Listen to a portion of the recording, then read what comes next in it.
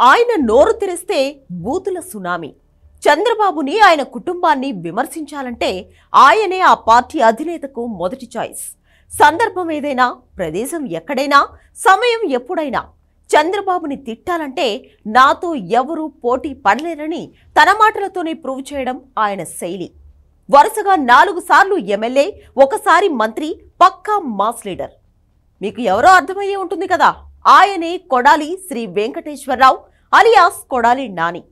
ఆంధ్రుల ఆరాధ్య దైవం నందమూరి తారక రామారావు గారు ప్రాతినిధ్యం వహించిన నియోజకవర్గాన్ని 20 ఏళ్ల పాటు శాసించిన నాయకుడు.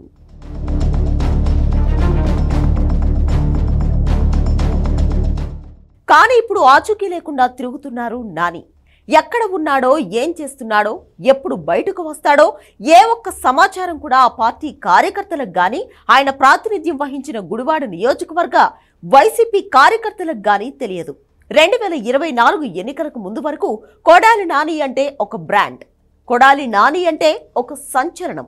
కానీ ఇప్పుడు ఆ బ్రాండ్ ఏ మూలన దాక్కుంది అంటూ తెలుగుదేశం కార్యకర్తలు ఎన్నో విమర్శలు చేస్తున్నా ఆయన మాత్రం కనపడడం లేదు. ఫర్నిచర్ విషయంలో జగన్ పై టీడీపీ ఆరోపణలు చేసినప్పుడు నాని బయటకు వచ్చి మాట్లాడారు. ముష్టి ఫర్నిచర్ అంటూ ఏం పీకలేరు అంటూ ఏదేదో మాట్లాడారు.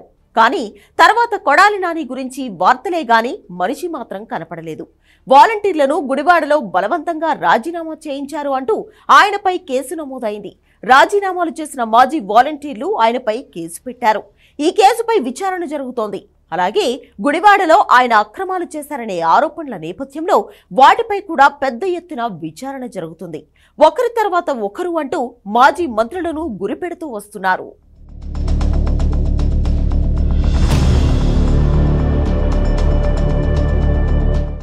పెద్దిరెడ్డి, కారుమూరి, ఆర్కే రోజా ఇలా ఒక్కొక్కరి మీద కేసులు నమోదవుతున్నాయి. కొడాలి నాని మీద రేషన్ బియ్యం అక్రమాల విచారణ కూడా జరిగే అవకాశాలు కనపడుతున్నాయి. కాకినాడ సిటీ ఎమ్మెల్యే ద్వారంపూడి చంద్రశేఖర్ రెడ్డితో కలిసి ఆయన అక్రమాలకు పాల్పడ్డారనే ఆరోపణలు వచ్చాయి. దీని మీద మంత్రి నాదెండ్ల మనోహర్ దృష్టి పెట్టారు. త్వరలోనే ముఖ్యమంత్రిని కలిసి నివేదిక ఇస్తారని కూడా వార్తలు వస్తున్నాయి. దీనితో ఇప్పుడు కొడాలి నానిలో ఆందోళన మొదలైందనే వార్తలు వినబడుతున్నాయి. అంతర్గత విచారణ అనంతరం ఏ క్షణమైనా నానిని అరెస్ట్ చేయవచ్చని టీడీపీ వర్గాలు అంటున్నాయి. అందుకే ఎన్ని జరుగుతున్నా నాని బయటకు రావడం లేదు. సొంత నియోజకవర్గంలో గుడ్లవల్లేరు కాలేజీలో రహస్య కెమెరాల వ్యవహారం పెద్ద దుమారం రేపింది. అయినా సరే నాని మీడియా ముందు కనబడి మాట్లాడే ప్రయత్నం చేయలేదు. సంక్షేమ కార్యక్రమాల అమలు విషయంలో గాని, ప్రభుత్వ నిర్ణయాల విషయంలో గాని నాని నుంచి ఒక్కటంటే ఒక్క విమర్శ కూడా లేదు.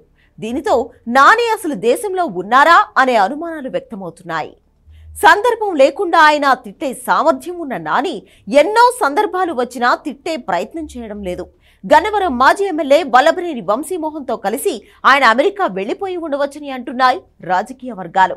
నానిని అరెస్ట్ చేస్తే ఆయనకు జరిగే ట్రీట్మెంట్ కాస్త భయంకరంగా ఉండే అవకాశం ఉందని పలువురు ఘాటు వ్యాఖ్యలు చేశారు.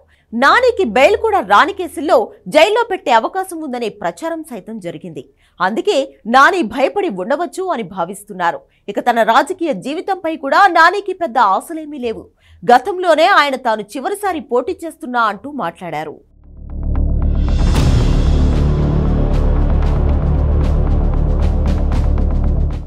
ఎలాగో రాజకీయాల్లో కూడా ఆసక్తి లేకపోవడంతో నాని పూర్తిగా రాజకీయాలకు గుడ్ బై చెప్పేసి ఉండవచ్చనే ప్రచారం సైతం జరుగుతోంది.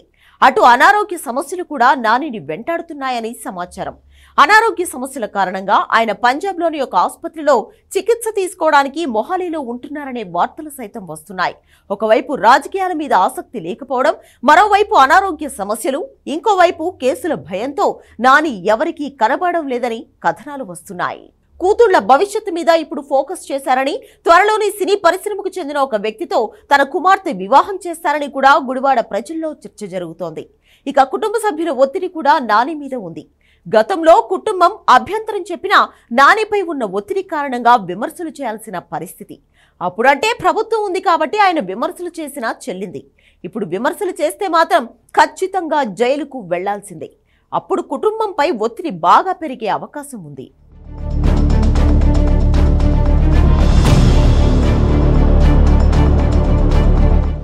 ఇప్పుడున్న పరిస్థితిలో నానిని వైసీపీ ఎంతవరకు కాపాడుకుంటుంది అనేది కూడా చెప్పలేని పరిస్థితి.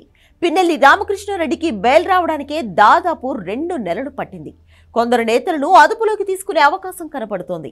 ఒకవైపు పార్టీ నేతలు జారిపోతున్నారు. ఈ సమయంలో జగన్ కు నేతలను కేసుల నుంచి కాపాడుకోవడం అనేది అగ్ని పరీక్ష అవుతుంది. అందుకే ఇవన్నీ ఆలోచించుకునే నాని సైలెంట్ గా దేశం గాని రాష్ట్రం గాని దాటారని సమాచారం. నియోజకవర్గ నేతలతో కూడా నాని మాట్లాడడం లేదని పార్టీ నేతలు అంటున్నారు.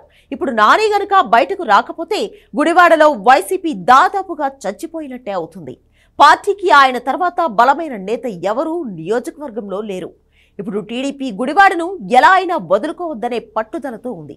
అక్కడ సిట్టింగ్ ఎమ్మెల్యే వెనిగండ్ల రాము పాగా వేయాలని కష్టపడి పనిచేస్తున్నారు.